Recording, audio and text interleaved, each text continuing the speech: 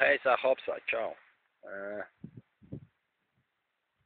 Atnāca pāris tāds features, tādas domas, kad par zirgu, par amēli. Būtībā, kad viņa šitajās šobrīd 3 vai 4 dienās ir daži piedzīvojis, kā daži labi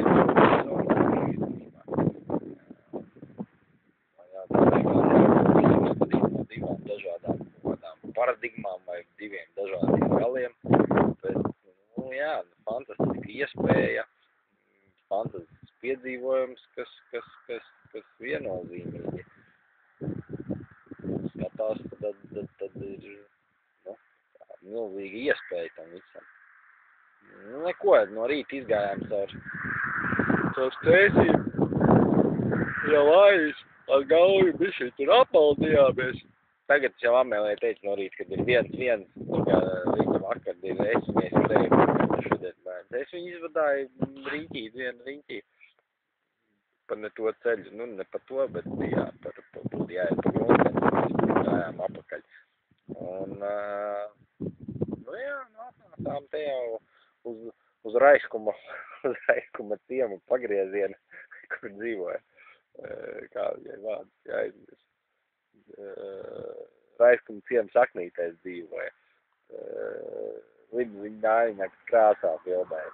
Tad tieši uz pagriezienu, tad mēs pusējām pļavā iekšā atpūšamies, snaužam un ēdam un tā, kad vakarpusē padosimies uz priekšu, lai dabūtu droši vien, kad rītā mēs dabūsim bibliotēku un dabūsim strāvu un tu varēsi kompi iesīt, tāpēc kompis vilsējies. Un arī telefonu uzlādēt, jo mums ir tā kā arī tādas darīšanas, kas jāizdara, jānoskaidro, tāpēc visādi darbīgi, kas jāizdara. Jā, šodien mēs jau tikai bišķiņ kādas kilometrus 5 paiesim, tad jau uz nakšņošanu laižam.